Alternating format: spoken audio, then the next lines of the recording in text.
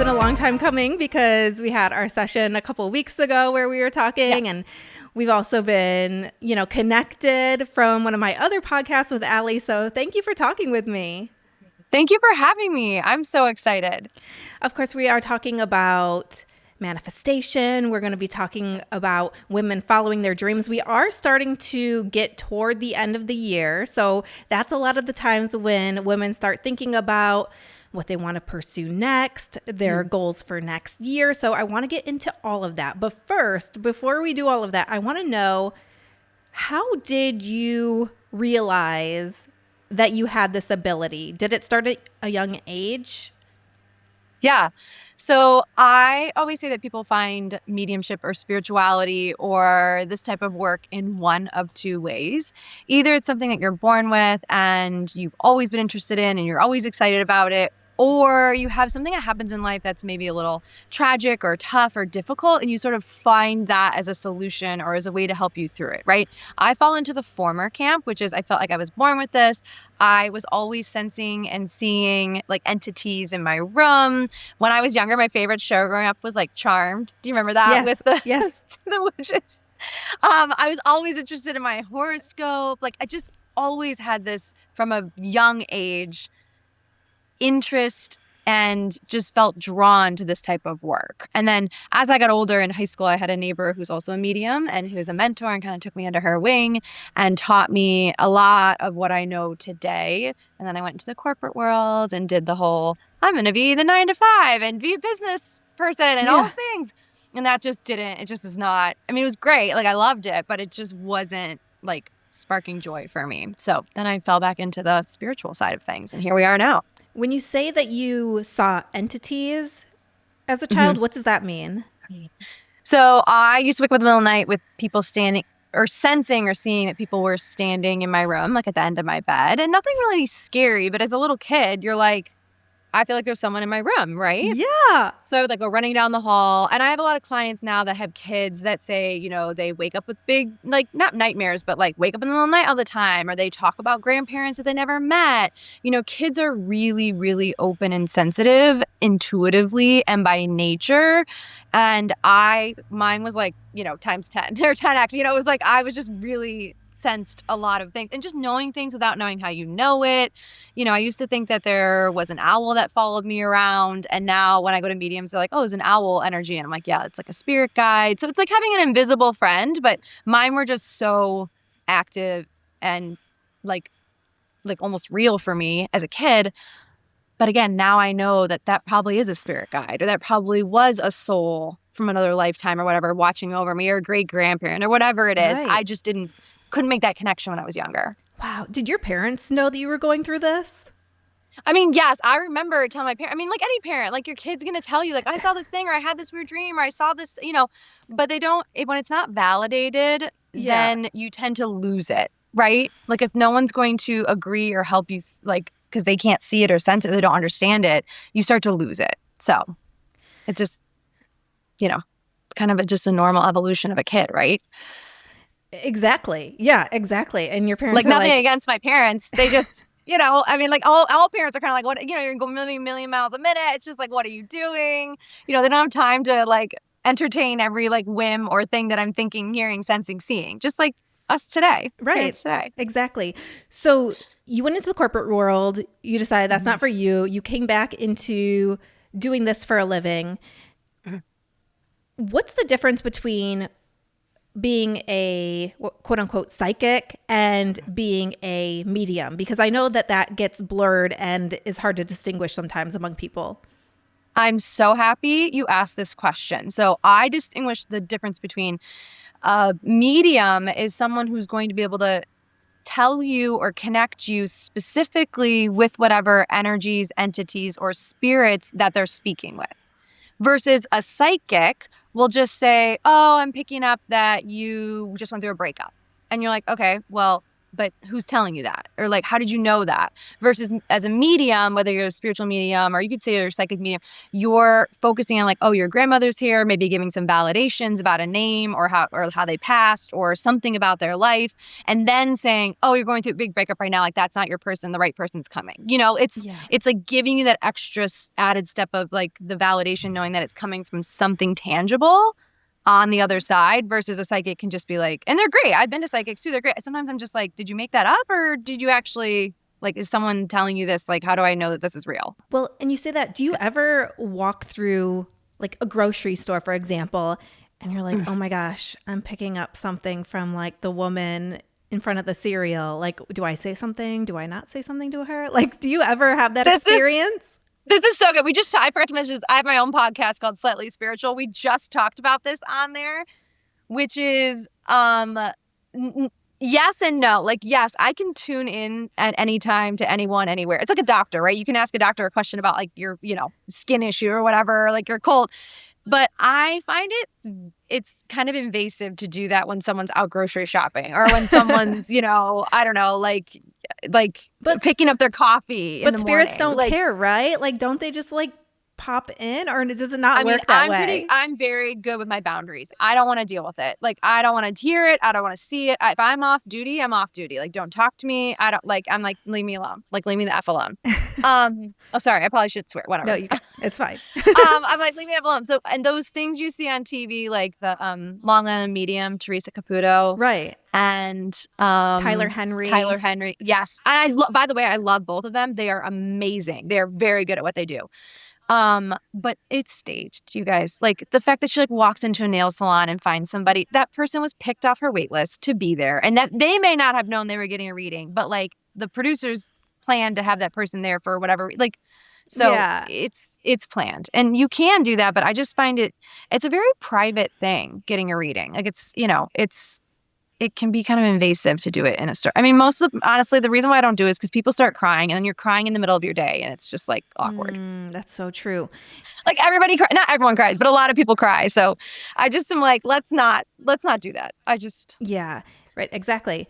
So when we talk about career and we as women are looking ahead into the next year, looking into the new year, how do we learn to tap into our intuition when we make these career decisions?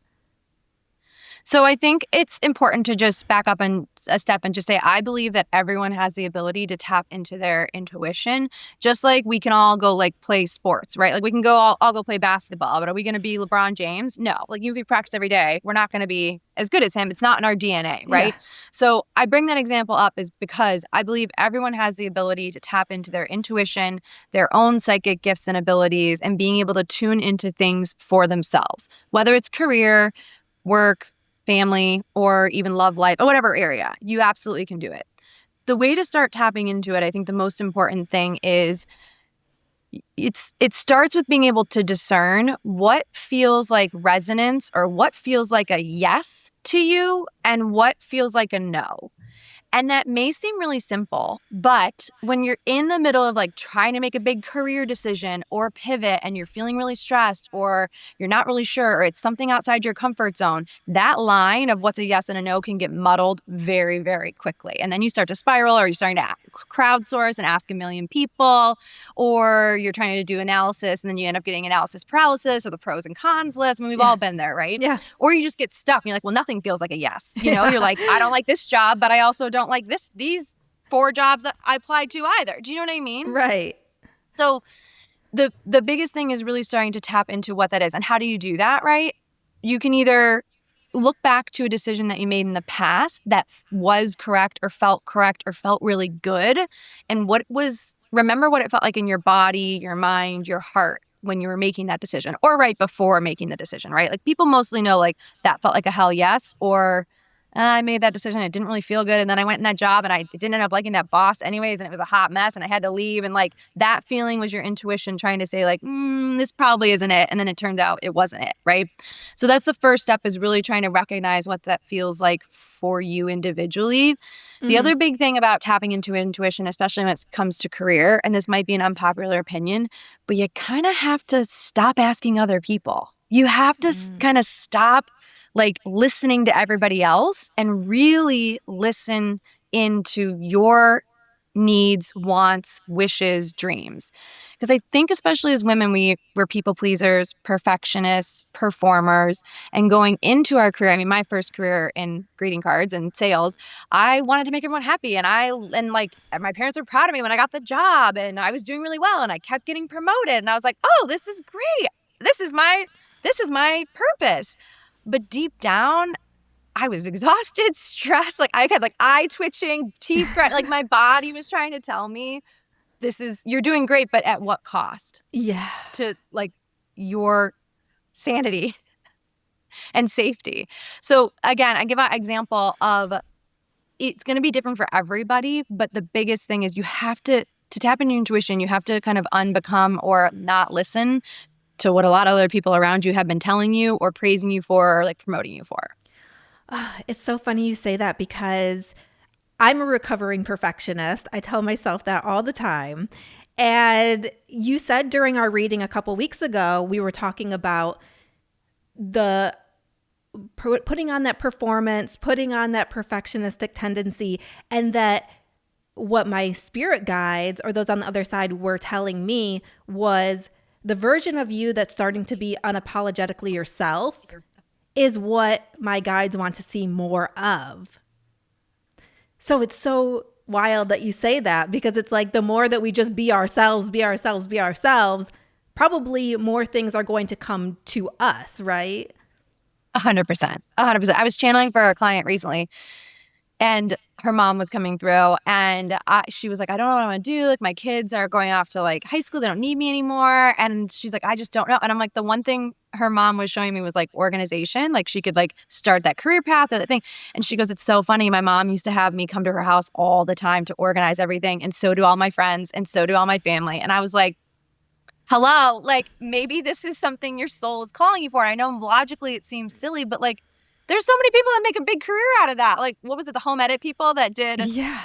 Do you remember that? They're amazing. I love They're them. amazing. They were just housewives, I think, from Nashville. And they now have an amazing career. And that's where sometimes it's the simplest things that they seem obvious, but again, because we've convinced ourselves, or someone a long time ago told us it wasn't like something to be valued, we push it to the back burner. Yeah, I see that. Yeah. Yeah. What are your thoughts on manifestation? So I love manifesting. I think it's great. I love to help people with it. Essentially, if someone listening doesn't realize, manifesting is when your thoughts, emotions, and actions are aligned with the outcome that you want. So what trips people up a lot is the thoughts part. Like, a lot of us are like, our actions, like we're applying to jobs, or we're, working with a career coach, or, we're working with a mentor or whatever. But then deep down, our thoughts, we're having imposter syndrome. We're having doubt. There's a lot of fear. There's like, well, who am I to want this stuff? Or I didn't go to school for this thing. So who's ever going to want to come to me for, X, Y, Z, offering or business or whatever. And so that's an example of like, you might be doing all the right actions, but if deep down you're doubting yourself or having imposter syndrome or a little bit afraid, you're not going to manifest the thing that you're looking for, or the job or the career isn't going to take off, or the opportunity is not going to come because your thoughts, actions, and emotions aren't necessarily aligned. The way to align them is a lot through, I like to use meditation. I also like to have affirmation statements. I mean, I do love having people work with like a coach or, a therapist or whatever, like if you're truly feeling stuck. The other big thing is, if you want something different, you have to do something different. I also find when people are trying to manifest, especially in career, they never really go big enough. They're like just doing a tiny bit and like, well, that didn't work. And it's like, okay, but you didn't really actually like make a change. You just sort of like dipped your toe in and then got a little scared. But it's supposed to be scary. If it doesn't scare you a little bit, then you didn't leap outside your comfort zone. Then like you're still in that comfort zone, which is what keeps a lot of people stuck in certain careers, right? Because they get, I call it like the golden handcuffs. You like your company does just enough to keep you, or just when you're about to leave, they give you a little raise, or they give you an extra week vacation, or whatever it is that you're trying to get for so long. They do just enough to keep you. I use it because that was my example. Like just when I was about to leave, they promoted me every like 18 to 24 months. Like I had a great career. And they kept doing it. Or I wasn't happy in a city, so they'd let me move to New York or Chicago. So like they did just enough at the end of the day. I got to the point in my early 30s and I was like, there's not enough of this that's going to ever satisfy me. And that's when I realized I needed something different. Just because you're good at your job doesn't mean it's fulfilling and that it's your purpose. I think as women, we have to kind of separate the two because we're great at a lot of things. Hello, we're multitaskers. Yeah. We're like, look at all the women who during the pandemic were like, working full-time jobs and taking care of the household and taking care of their kids and, and doing or they're working 2 different jobs. We can do a lot, okay? Like, we're freaking awesome. But just because you're good at something or you accomplished it, it's like, again, at what cost? Like, at what cost to your, like, life, to your energy levels? And just because you're good at it, you can make it work doesn't necessarily, like, why do we have to suffer in order to feel like we've accomplished something? When you're in your zone of genius, right? That's essentially what we're talking about, right? When you're in your zone of genius or standing in your purpose, it's not so effortful, it's effortless, and it's less suffering and more like flowing. That's another way you'll kind of have a clue that you're on the right path with manifesting your career is I swear to God that opportunities will just show up. They'll just land in your inbox without even having to try. I will say you have to like put yourself out there a little bit, make yourself known, speak your desires, tell people about what you're doing. But at the end of the day, when you're really truly aligned, in my experience, stuff just falls in your lap or the door will open and it's your choice to go through it versus having to force or manufacture an outcome. Totally. I've talked about this on the podcast before. Sometimes when you're trying less, more happens. Yes. Because you've just kind of like let go of that attachment and somehow I don't know if somehow you're manifesting what's the word for it? Like when you're try, you're giving off that what is the word?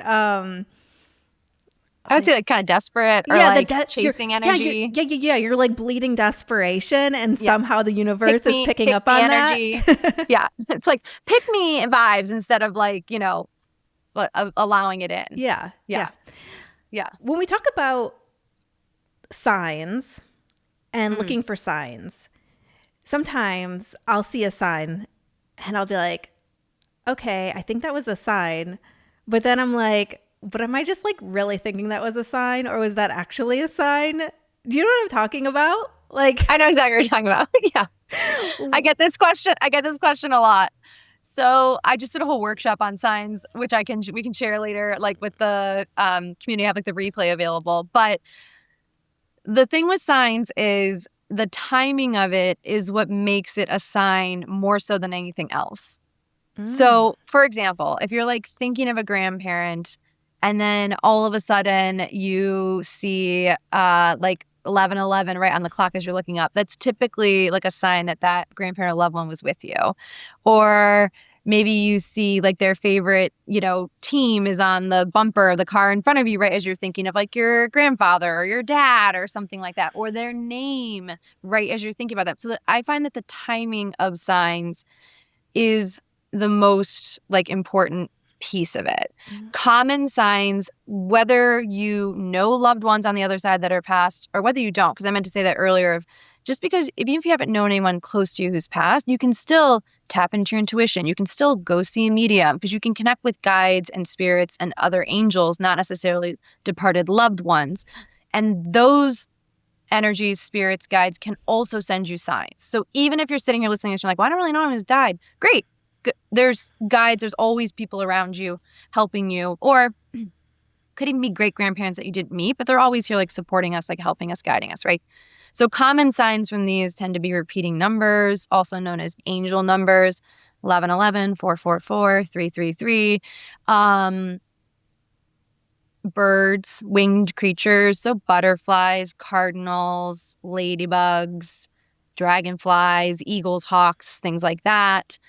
Pennies change on the ground is a big one, like pennies, dimes, and finding them in weird places. Like I found some sometimes like in my car, and I'm like, I don't carry change with me. So like, how did this penny get in here? Like I don't know, like a spirit left it for me.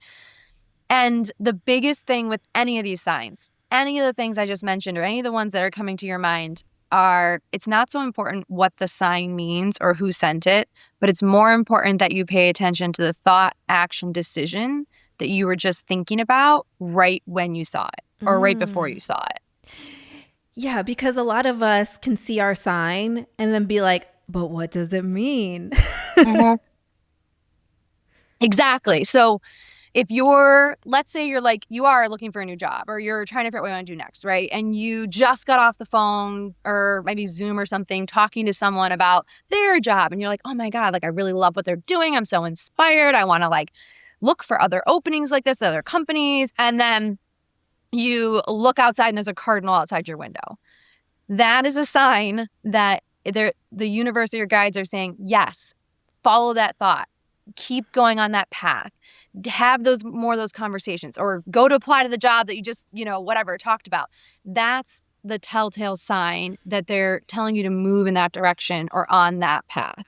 I'm a little oversimplifying it, but also it is simple. Like if you're trying to overcomplicate it, then it's not a sign. Or if you have to like explain a million things to make it make sense to someone, then that probably wasn't it. You can ask for them too. So if someone's listening to this and be like, well, I never get signs, and you're looking for a new job or you're trying to figure out if you should stay or go or what you should do or start a business, you can ask. You can say, okay, guides, send me like, I'm going to use something basic, but a red cardinal or a blue jay or something like that by the end of the week. Well, actually, it's tomorrow. Maybe by next week or in a week.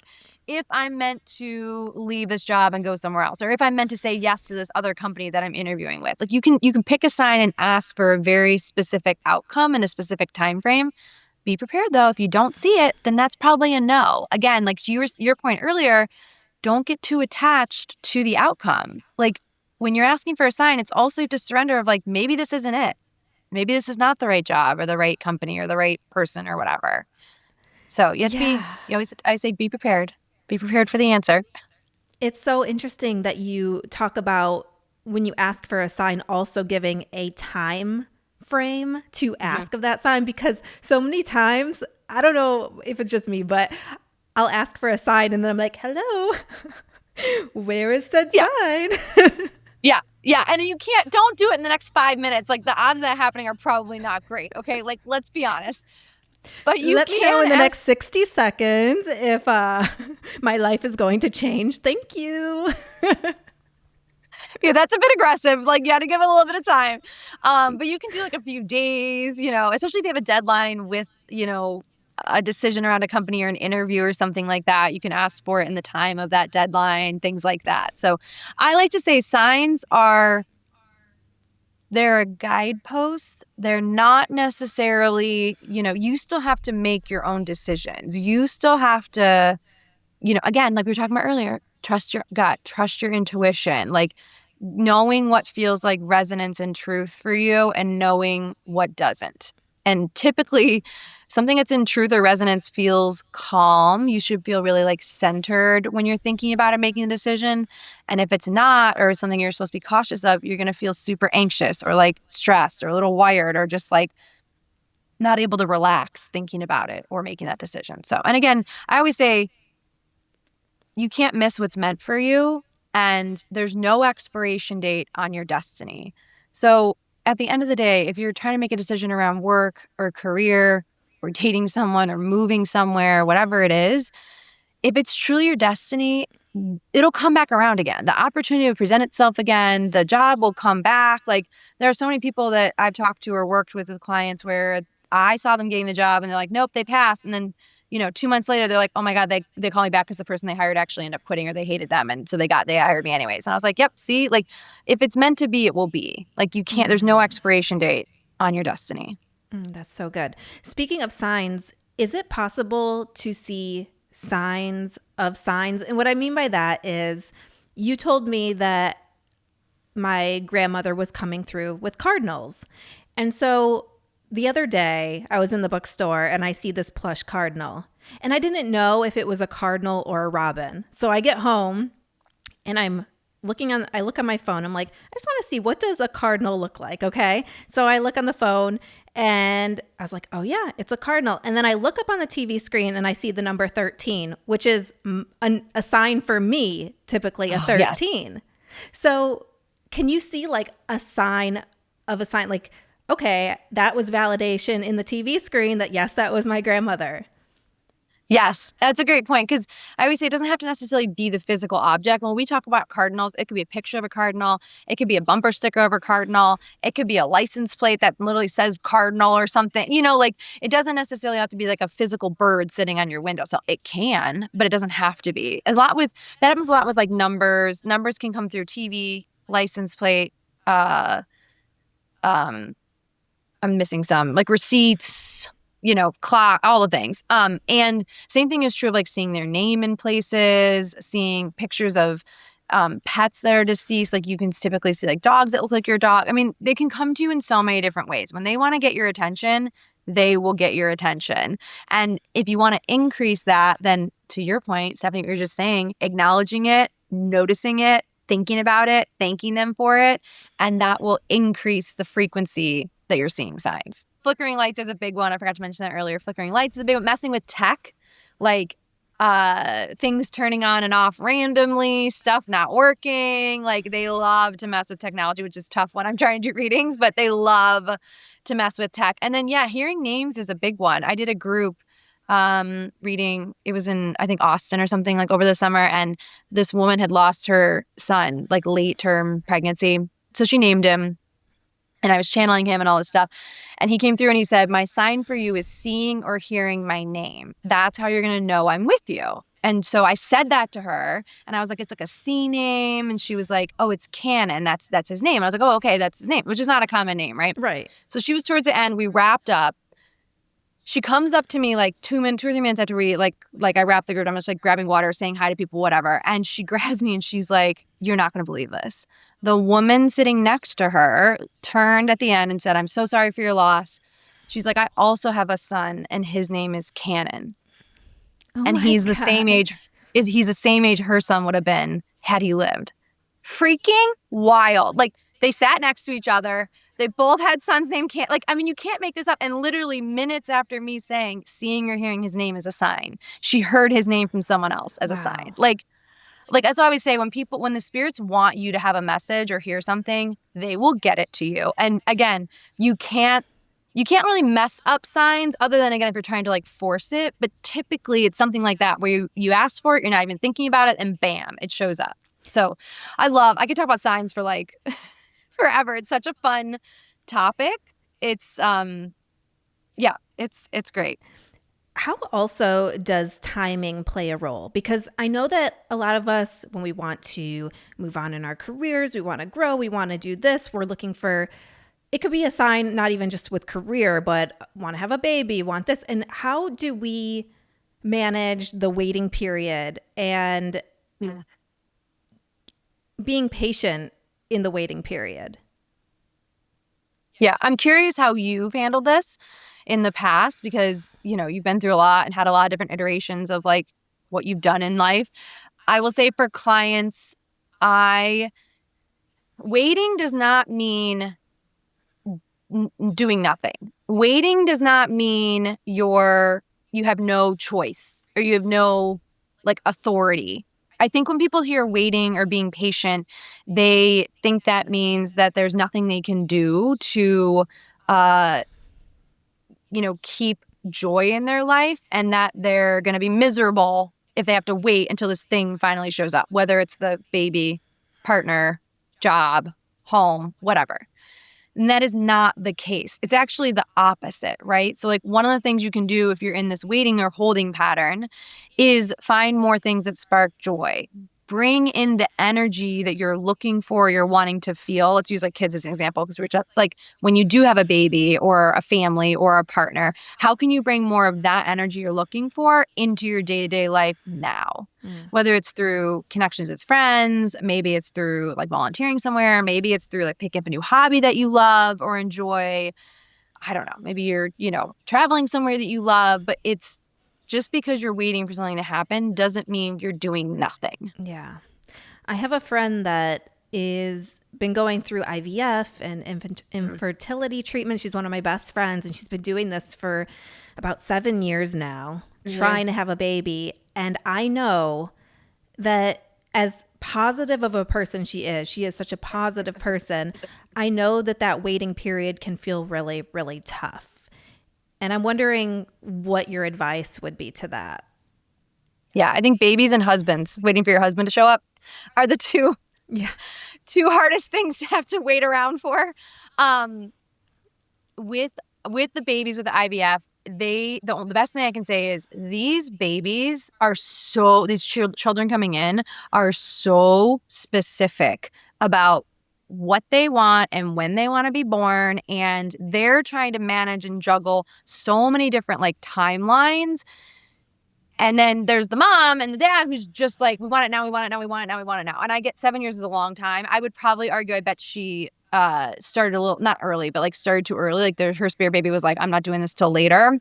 The other big thing with spirit babies is they don't want to get in the way of our careers. They don't want us to end up like our parents, or at least the boomer generation, where a lot of the women gave up careers. A lot of them just like, I'm going to have kids, and these new round of kids don't want that. They don't want us to sacrifice everything for them. They want to be an addition to our life, not something that we have to like sacrifice or suffer, for. The other thing I would say around spirit babies, and if you were doing IVF too, is for the spirit babies, when it doesn't work, or they, how do I want to say it? Like you have another period instead of, you don't get pregnant. For them, it's like, oh, I missed the train, I'm going to catch the next one. Or, oh, I missed my plane, I'm going to go catch the next one. Like, it's no big deal. For them, there's like a million other flights they can pick, a million other trains they can grab, a bunch of other cabs they can go, pick. Or grab a different Uber, whatever. But we get as women, we get so devastated. But that low vibration every month is not helping for the spirit babies to come in, because the intention at the start, or at the conception point, is the most important part for them. And if you're super stressed, or your partner's super stressed, or it was stressful when the egg or the sperm or whatever were put in the dish, these babies are not going to come in. They don't want that. Yeah. Well, they don't want that. Well, and do you mind me asking how old she is? Is she in her 40s? No, she's 30. Oh. She's my age, so she's 36. Yeah, 36. I just said 36. Yeah, she started a little too early. I feel like she started. I mean, just based on what I'm hearing from like her spirit baby, she needs to be. I'd hear like 37, 38. She started a little early. Okay, that was a little early for her. Oh, I'll let her know. Which is the same for like a lot of women too. Like I think everyone wants to have kids earlier, and it's just these babies don't. They're waiting.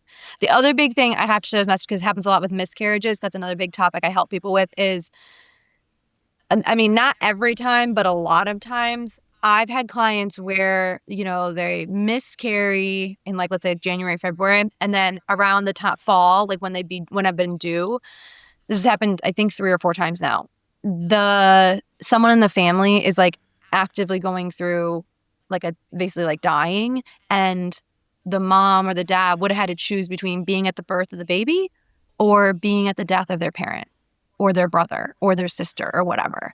And these spirit babies, and like, oh my, they were devastated like in January, February when they miscarried. But by the fall, they're like, oh, thank God I wasn't trying to manage like being pregnant or like delivering a baby while my dad's in the hospital. It's just like these spirit babies, like, I don't want to say everything happens for a reason, because I know it's so annoying to hear, but these spirit babies can see and know way more than we do, and they don't want to add more stress to our lives. They want to make it better. Wow. Yeah, that's really powerful when you think about that. Mm-hmm. Huh. Yeah, I mean, that's where it gets, it's so frustrating. So I get it. I'm not trying to like belittle anyone who's listening to this trying to get pregnant, because I get it. But I'm just trying to offer the soul's perspective, or the spirit baby's perspective, which is, we'll just catch the next Uber. Like, oh, we got our Uber canceled, whatever, we'll get another one. Like, it's just not the end of the world. And I wish everyone kind of had that much faith in how, and that's the thing, babies don't care how they come to us. If it's IVF, great. If it's through a surrogate, whatever. If it's, I mean, I know financially some of those things are harder than others, but they don't care. They want to be with you and they will find a way. But we can't be stressed. We can't be micromanaging. We can't be forcing. It's got to be loving, abundant, fun, joyful. Like these spirit babies they don't want the stress. They don't want the stress. Well, and that's a good point, because you talk about this and you talk about what are some of the energetic blocks that you feel like women looking to advance their careers, women looking to get pregnant, like what are some of the energetic blocks that you see? And also, what can women do to help combat that? Yeah. The biggest one with women, especially in career, is the imposter syndrome and the doubt. Like, oh, I didn't go to school for this, or I haven't studied as much as someone else did, or maybe I'm not as qualified. But there's literally, I'm going to butcher the statistics. I'm not even going to try and quote it, but there's like a general statistic out there. Like men will apply for a job where they meet 40% of the qualifications. Women will only apply to jobs if they meet up to like 80% of the qualifications. That is like a scientific proven something somewhere out there, said that.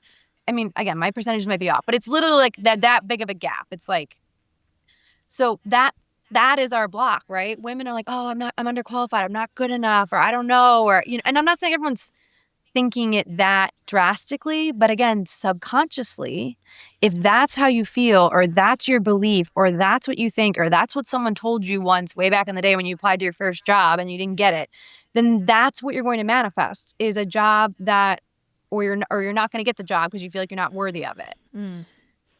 So I think a lot of the work they do ends up being like kind of like, not coaching because I'm not a coach, but like a little bit of that tough love message of, hey, like you got to fake it till you make it. Like if you don't believe in your own self-worth and you don't believe that you can do this job, you're not gonna be able to convince anybody else.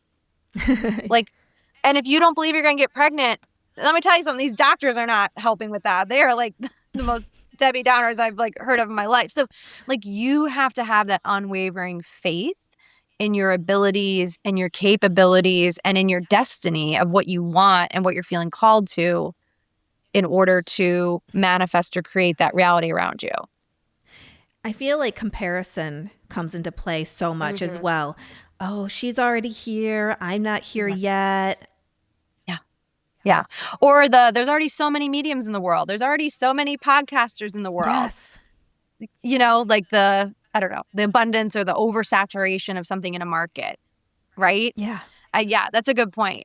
And then the thing is though, if it wasn't a dream in your heart, then you wouldn't be wanting to do it, but you have a dream for a reason, or you're feeling called to something for a reason. It gets a little tricky where it's like, sometimes I'll work with people and I'm like, are you sure it's what you really want? Or is that what you saw everyone else doing that was successful? And so you're thinking this is the only way to achieve that level of success. Yeah. Yeah. Because that can be a tricky compare and despair or comparison game where it's like, oh, well, this person followed this path to get to this, president or CEO or whatever. So I'm going to repeat those exact steps, and I have to do this, and I have to do this, and I have to have that. But that worked for them. That might not necessarily be what's going to work for you. Well, and that's a good segue. So when we talk about free will versus our own free will versus how do I approach this? What's meant for you versus what you create along the way. Like, what are your thoughts about that? Because we always think about what is our purpose? And then if something doesn't happen for us right away, or we're waiting for it, or we're like, well, I guess that wasn't my purpose. Like, you know what I mean? Yeah. Yeah, no, I know exactly what you mean. I like to talk about like free will versus like your destiny, or free will versus fate. So again, the destiny or fate is the thing that you are destined for. Again, there's no expiration date on that. So if you're meant to be, I'm just use podcasting. If you're meant to have your own podcast, it could have happened at 30. It could happen at 40. It can even happen at like 50. Like The free will part comes in is you get to make decisions and choices based on what sparks joy or what makes you happy in the moment. And that can bring in things that are fated for you at different points within your life. But no matter what, if we were like 80 years old having this conversation, you'd still would have been probably a podcaster at some point in your life or sharing information because you're passionate about it, right? Yeah. So, or share, you love to tell stories. I mean, that's what you do in the like news and stuff. So like, at some point you were going to do that. You happen to do it earlier in life rather than later in life, which is great. I mean, that's amazing. But I would argue that no matter what, it was going to come in or happen for you. It's just your free will determines when and how that happens. Does that make sense? It's so true. I thought about starting this podcast 5 years ago, and then time happens. You get the imposter syndrome, for example, or you say, oh, well, someone already has one or whatever. Not me. I get pregnant, then I have a baby, then all that. Then I start it 5 years later. But I also look back in hindsight and be like, oh, well, now I have all this other lived experience that I can talk about on the podcast that I would not have had I started it 5 years ago. So in hindsight, I'm like, this was the right time. But at the moment, you're like, oh, I'm just not doing it. It's not happening. I'm not starting it. You know what I mean? 100%. That's a great example too. It's like, it's you can start at any time. And it's going to be great no matter what. This was the better path. And I'm sure you were a little disappointed 5 years ago when it didn't maybe happen right away, or you didn't necessarily, or you always thought about it. But again, it's just as successful now as it would have been then. Like there's no, I talk to people or talk about people all the time. Like Martha Stewart started her career in her 40s.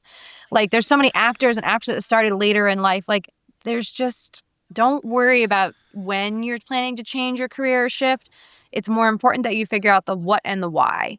What do you want and why do you want it? And then start there and make your actions aligned with those things versus what you think you should be doing or what you've always done. Yeah. Can we also talk about some tips that women can do on a daily basis to strengthen their intuition, strengthen their ability to get to where they want? Like, what are some things that you do to ground yourself? So mine are they're kind of basic, but journaling is a big one for me because I find that if things are bouncing around in my brain, then I can't like focus or think clearly. So journaling's a big one. I love going for walks, like being in nature. Honestly, it's anything that helps you get out of your head and kind of into your heart or into your body. Anything that helps quiet I don't know about you, but I have like a monkey mind that like sometimes just does not stop. So anything that can help quiet the monkey mind. The constant to-do list that's like always going around and around in our brain, like what works for you to quiet that? I mean, it could be doing a puzzle. It could be doing Wordle. It could be going for a walk. It could be reading. It could be journaling. It could be working out, something, right? Like something that helps quiet the mind. Because that's the most important thing. If your mind is really cluttered, then you're going to have trouble discerning between like, okay, what feels like truth and what feels like somebody else's version of the truth for me? Or what feels like a yes and what feels like a no? Because if you're constantly thinking about other people's thoughts and things, it's not going to work. So another big thing I like to do is, hobbies are like my biohack. Like I'm like getting a hobby, doing something that's fun, changing, like getting out of your left brain, your right brain, right? Like if you're always working, you're always, in like the analytical brain of things, then do something creative.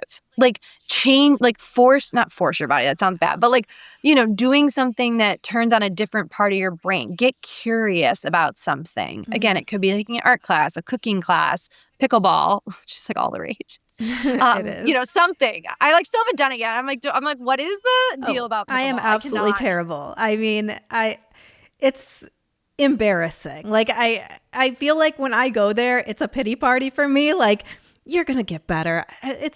You really will. It just takes some time. How much time? Clearly, we have 30 minutes here. Oh my God, I love it. Well, I've been people saying they're meeting people like at pickleball and tennis and stuff. Yeah. I'm like, wait, is this the new place? I'm not meeting anybody because everybody feels bad for me and nobody wants me on the court. So I won't be meeting anybody. No friends, nothing. Okay, I'll have to stop telling people to go do that then to meet people. But anyway, that's so funny. That's so funny. But it's a nice break. I mean, Yes. back to that. Like, Yeah. Don't you find it's a nice like what are your practices? Hardcore Pilates class, so wetting it out and that. But you know what's so funny that you say, like, it is so true that sometimes, like, when you're doing activities that have nothing to do with what you really want to accomplish, like, you're like, I really need to come up with a name for this project or something. And you keep thinking about it, thinking about it, thinking about it. And then you go to some like workout class or something like completely unrelated. And that's when you come up with it. Yep. Yeah, exactly. Because your mind is finally quiet. So then spirit or like your higher self or intuition, whatever you want to call it, can drop in the answer. It's that's actually how I came up with the name Revealing Soul. You should have seen, I had like hundreds of names for this business when I was first starting. I'm not kidding, hundreds. I was like working with a branding it was awful. And then I was laying in class at the end of yoga one day, and that's when it came to me, Revealing Soul, which Yeah, is crazy. it always comes to you when you like don't have any accessibility to any pen or paper. You're in the shower, you're like, how am I going to remember this? Exactly. Oh my God, the shower is another great place to get ideas. The shower, nature and the shower, like my two spots where I get like the most like ideas for things. Yeah, yeah. That's so funny. But again, like that's how you know it's truly like intuitive versus coming from your mind. Yeah. Right. Yeah. Exactly. What are also some energetic or grounding practices that women can do to stay authentic and confident on camera? Because a lot of women are doing that for a living. Yeah. I mean, so many more now, right? Because of like Instagram and dare I say TikTok. I'm not a big fan of TikTok, but Instagram, TikTok, podcasting, YouTube. So what I like to do is I kind of imagine clearing out everyone's energy, even like DMs, text messages, like anyone who has had access to me in any way, shape, or form, like even reading a text message, I just open up access to that person to my energy, right? So I might be a little extreme because of the work that I do where I have to be really clear, but it's imagine like closing all those tabs, like just like you're closing all the tabs in your computer, on your, desktop or on your phone. You want to imagine closing all the tabs and access to everyone else, and imagine that you're bringing back your energy, your like sovereignty, your authority. I also like after you've done that, I'm surrounding yourself in a white light, just visualizing it. Sometimes that helps for me to put like the Harry Potter invisibility cloak, and I'm like, okay, I'm just gonna be invisible to anyone that is not my like vibration or higher. Like I only want like good vibes only. Grounding cord. So imagining a cord going from the crown, top of your head, down through your feet, down into the earth, like just anchoring you. Breath work is a really good one. I know it sounds so like, I don't know, like boring, but just taking a minute or two to inhale for the count of 4, exhale for 4. That's another great way. And then the other big thing is, this sounds silly, but, remembering that it's never as bad as you think it is. It never no one else is judging you as harshly as you're judging yourself on screen or on camera. I promise you. Nobody else is. You're your worst critic or your harshest critic, or, no one else is judging you that harshly. So if you could just give yourself a little more grace and a little more compassion, I think that's really helpful. And I also think you got to be yourself. Like, don't worry if you have like weird quirks or tics. Like, I remember like so many people were like, don't say this and don't say that and don't talk with your hands and don't. And I'm like, everyone does that now. Like, I'm like, I wish I hadn't listened to them and just done it my own way, because then I was so like robotic that it doesn't even look like me. I literally just posted a video of me talking during my solo episode saying, we're not robots. Wait, that's funny. I did not see that post. That's so crazy. I just brought that up too. Yeah. I mean, it's true. We are. It's 2025. Like, we need to just be authentically ourselves. Like, people don't want robots anymore. No, they don't. No, they don't. And again, no one cares. No one cares as much as you think they do. Like, everyone's worrying about their own things. Like, they don't have time to worry about what you're doing. Yeah. I mean, they care like the information, but they don't necessarily care so much about how it's presented. Yeah. Are there any stories that you can think of where people use their intuition against maybe even logic, and when it comes to career, and it ended up working out for them? Yeah. I want to use one for myself as an example, where actually two little for myself, and then I have one from a client. But for me, I remember this vividly. I was in the first year of my business, or like 1 year under my belt, still working corporate, but like, managing to like do both. Yeah. And at the time I was doing a lot of like bridal showers for like, and like, which I love. I mean, that's how I got started, right? It was girls who just wanted something fun. And someone had asked me to do like a birthday party, like a 30th. And I was like, oh my God, I do not want to be in, because they're drinking. It's just a lot. I was like, I just don't really, but I wanted the money. And I was like, oh, I really need to get it to more people. And I ultimately said no. I was like, you know what? I'm going to pass on this. Thank you. I was actually leaving the next day to go out of town. So it was kind of like not a great day, blah, blah, blah. And they said, okay. And 3 days before the exact date that I would have been doing this other thing, Goop reached out to me to work with them at an event in Chicago. They last minute needed someone to do readings and auras. And I remember this, I was like, oh my God, thank God I didn't say yes to that like bachelorette birthday party thing that I didn't even want to do in the first place, because then it left time for this opportunity with Goop. I mean, it's freaking Goop, like to go be a part of their amazing fun experience. And so I was like, that was a huge thing where my intuition was just telling me like, don't say yes to this other thing. And I had no clue why, but something bigger and better dropped in instead. Yeah. So it's like, it's so hard in the moment when logically you don't have a good reason for saying no, but in your gut, it's just like, I don't want to do this. Like, I'm not lit up by this at all. The same thing happened around, I was used to do a lot of aura photos, and in 2019, I switched to mostly channeling and mediumship, which is what I did for you over Zoom. And by that year, I remember vividly, I kept like pushing people to like channeling. I was like, this is what I want to do. And then lo and behold, March of 2020, the whole world shut down and I couldn't do aura photos even if I wanted to. So I was like, thank God my intuition led me to like be doing more channeling, because that I can do over Zoom. So I was able to transition my business. I know a lot of other people couldn't, but I was so grateful that I followed my intuition to start doing more channeling the year before, so I could easily transition my business to being over Zoom. And I'm just so grateful that I don't know what spirit or what, or people, but it worked out. Yeah. So it's just, again, I could have listened to all the clients were asking for aura photos. And I was like, no, I think we need to do more of the channeling. That's where the good stuff is. And then 6 months later, the whole world shut down. So it's like, thank God, I was able to keep working. Otherwise I don't know. I mean, it's crazy wild times. Those were wild times. So you said that you also had one example from a client, right? Yeah. I mean, I have a million examples from clients, but yeah. So, one of the ones, I'll never forget this. I forget what she was doing. One of them was, I don't know. She was working in like, maybe like admin or assisting or something like that. And she was really struggling, like really kind of like, I might need to do a leave of absence, like overstressed, overwork, underpaid. I mean, like a lot of us get there, right?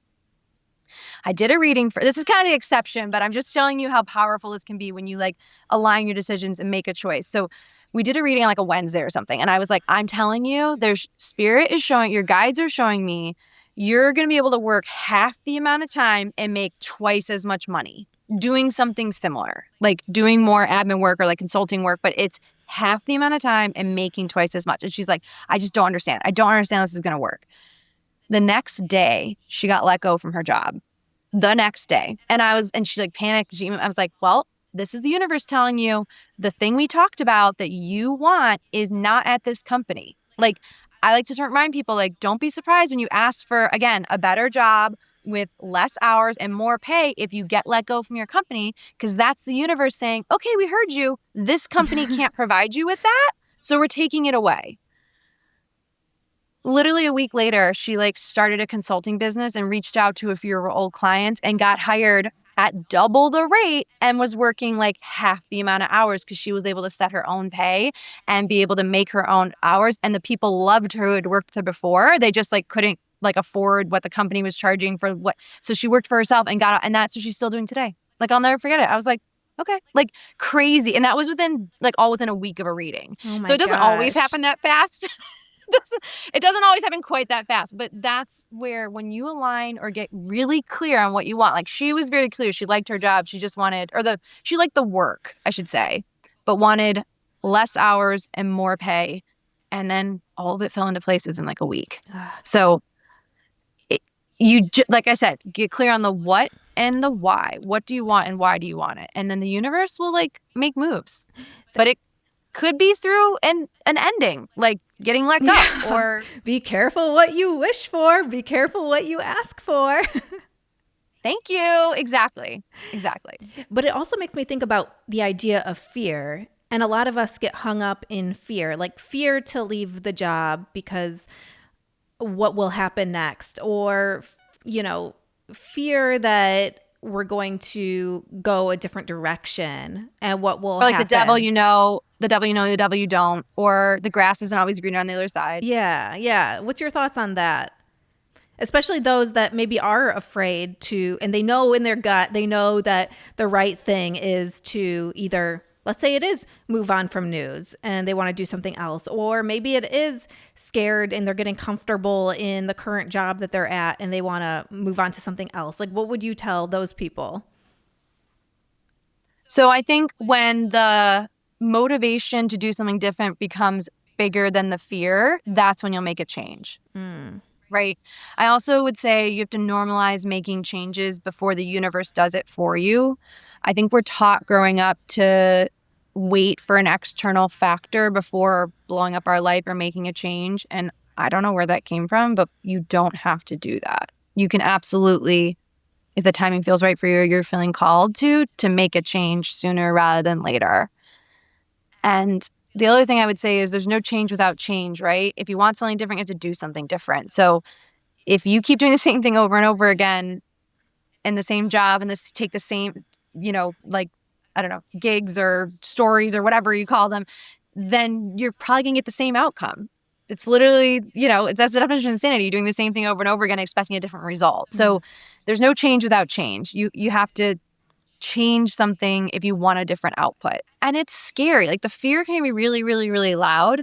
But sometimes if you follow that thread of like I remember this when I was quitting my job, I was like, well, I'm afraid I'm not gonna have enough money. And then I was like, if I don't have enough money, I'm not gonna be able to like survive or live. And if I don't have money, I'm not gonna be able to have groceries. And if I don't have enough groceries, I can't eat. And then if I can't eat, I'm gonna die. And then I was like, this is really silly. Like Yeah. I will not, someone will step in before it gets to that point, or I will figure out a way before it gets to that point. Like, it's just, it's just like my mind, when I followed the fear, my mind was actually like, it was silly. Like I was like, oh, this is silly. Like, this is just because it's outside my comfort zone.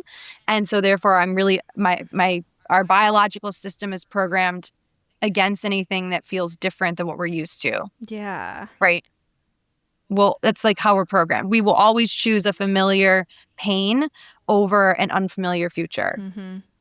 And this is not my quote, and I don't know who quoted it originally, but faith and fear ask the same thing of you, to believe in something unseen. So which are you going to choose? Yeah. You're going to choose fear, or you're going to choose faith in something new?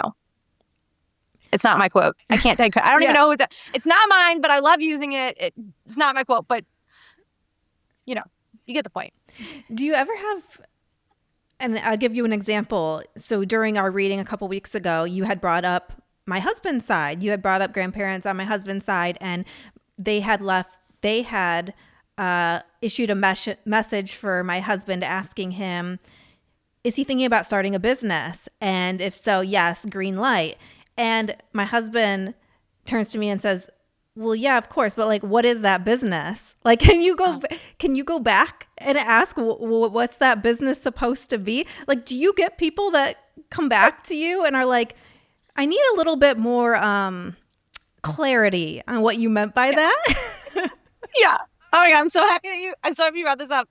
The answer is yes. Like I can absolutely go back.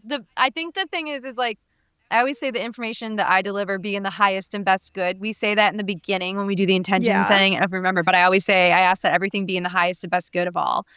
So it may have been in his highest best good that he just needed to hear like there's another option, and that may have been all he was ready to hear at the time. I have some clients that come to me wanting to know about purpose and path, and they'll tell me I'm wrong, or like they're like, I don't get it. Like I have a friend of mine, and I told her years ago, I think 6 years ago maybe, I said, I'm like, I see you owning your own business, you're gonna be working with women, and I was like, it's something about like, like elevating women and other brands. And she was like, that's not what I'm doing. And I was like, okay, well, that's what I see. She goes, that's not on my radar. And I was like, I don't know. So fast forward 6 years later, it's exactly what she's doing. She tried a lot of other things in a medium, but so she thought I was nuts 6 years ago, but that's what I saw. It was like the final outcome, or like the thing that's in our highest and best good. So in a reading, sometimes you get the full thing right in the beginning, but luckily she still came back to me and she was like, okay, everything else is good. I don't know what you're talking about with the career, but I'm going to keep coming to you because this, everything else felt good. But sometimes if I say that to a client who's not ready to hear it, they're going to be like, this is for the birds. And they're just going to like write everything else I said off. Yeah. So I do think spirit gives people exactly what they need to hear. So now I feel like your husband has the bug and he'll be curious, and we can always do another reading down the road with like the two of you and maybe tap in a little bit deeper into like what that would look like for him. Yeah. Most likely though, you guys have had, I mean, you don't have to tell me, but you guys have had to have some pillow talk conversations about what he'd want to do with his life. Like, I bet you could come up with a business idea for him, like maybe even easier than he could. Oh, he for sure has ideas, but like he has like a few ideas and he's like, well, which one is it? Like which one do my grandparents really say to go, yes, go on? Yeah. I find a lot of time like our spouses, friends are better mirrors than we are. Like, I bet you, if he read a lot, like 3 of them, I bet you could even tell better than I could, like which one he should really go after, because you know him and you know like a lot of what would really he's really passionate about. So yeah, so I always say like ask your friends, ask your spouse. Like if you're really stuck in this moment and you can't get a reading with someone, like ask a friend what they think you'd be really good at, or what the business, if you have 3 business ideas, you know. And again, I'm not saying outsource everything because I don't believe in that, but if you're really feeling stuck, sometimes a friend can be a great mirror, or a spouse can be a great mirror. Yeah. For them. So that's so funny. I love that he's interested in. Yeah. I always say I'm 90%, not when that's a lie. I'm like 98% women, but the men that I get are always spouses or husbands or boyfriends. Yeah. And they always act like they don't care until they hear about it and then they care, right? 100%. Yes. They're like, tell me more, please. Yeah. Because they're always like, wait, I don't know if I believe in this stuff. But then like, they're like, well, wait a minute. It feels like resonance, or a lot of it makes sense. Or other stuff I knew that like no one would ever know about him. I mean, I didn't even meet him. I don't even know his name. That he'll be like, oh, wait, if that's true, then maybe these other things she said are true, which is why I love mediumship. I think it's so powerful. I mean, I'm not against talk therapy. I think it has a place, but I think it's really validating to have a complete or near complete stranger tell you things about your life that you've only ever thought or never said out loud. Yeah. And to hear validations of things like I would never know that mean something to you. Because when you can bypass that logical brain that wants to like be a skeptic about everything and convince it that there are things that I know or your guides know that are true, then guess what? It also makes all the other things that you're wishing for and dreaming about and that we're talking about also true. And that in of itself helps build that faith that then you can go make decisions out of faith, not fear. Mm-hmm. Before we wrap this up, when we look into 2020, is it 2026? Yeah. Oh my gosh. Crazy. When we look into 2026, is there anything that your guides or higher self or anyway is picking up when it comes to next year and the year itself? Yeah. So this year, 2025, is a 9-year in numerology. So if you add the numbers up, 2 plus 0 plus 2 plus 5 is 9. 2026 is going to be a 1 year because it reduces down to 10, and then 1 plus 0 is 1. So 1s are new beginnings. 9 is completion. It's shedding. It's letting go of the old. It's, letting go of anything that's not serving you, including thoughts, beliefs, as well as like jobs, people, things like that, homes. And 1 is about new things, new beginnings, fresh start. So I think next year is going to be, I hate to say a lot of change for people, because if you're starting something new, then that requires some change or a leap of faith. But I also think it's going to be really great for anyone who's been thinking about doing something for a really, really, really long time. 2026 is the year to like throw everything against the wall and see what sticks. Like truly, like plant the seeds, do the things, like throw it out there, just see what happens. Stay unattached to like the exact outcome. It's always this or something better. But 2026 should be a good year for planting seeds and things finally like taking root. Like even like your friend who's trying to get pregnant, like, hello, this would be like a great year for her to get pregnant. Like it's a big year for that. The other big thing with 1 years though is it can be endings disguised as new beginnings disguised as endings, right? So there could still be some things where it's like, oh, I thought this was the forever person, or I thought this was the forever job, or whatever, and it starts to kind of not fit anymore. It's where we cling to things, where we create more suffering for ourselves instead of like allowing things to ebb and flow the way they're meant to. So what would be your last piece and takeaway for women in 2026 that are like, okay, Cindy, I hear you. I think I'm going to try to make that leap next year. Yeah. I mean, I'm going to circle back to what we said earlier about like stop the compare and despair. Stop comparing your path to anyone else's. And it only has to make sense to you. You're the one who has to live it, do it every day, think about it, promote it, talk about like you're the one that has to deal with it. So make it fun.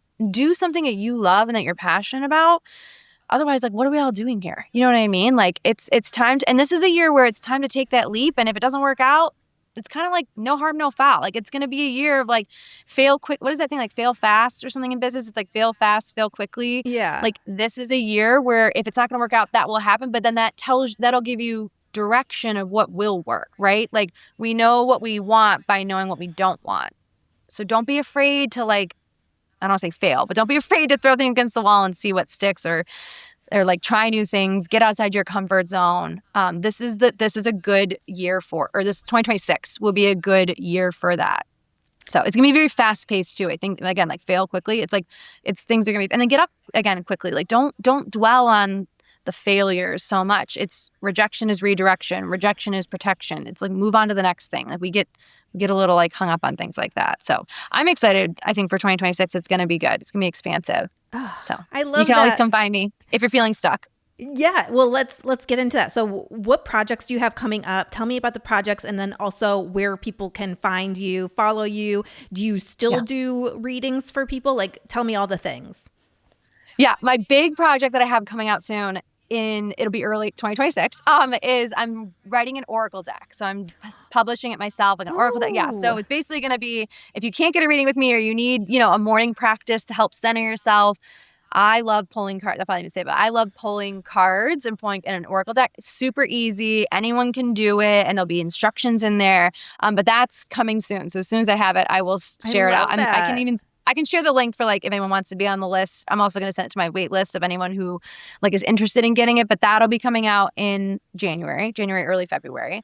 I also do workshops monthly around different themes of what people are going through. I do like spirit babies, career, money, signs and symbols, intuition, manifesting. Like I do different ones each month.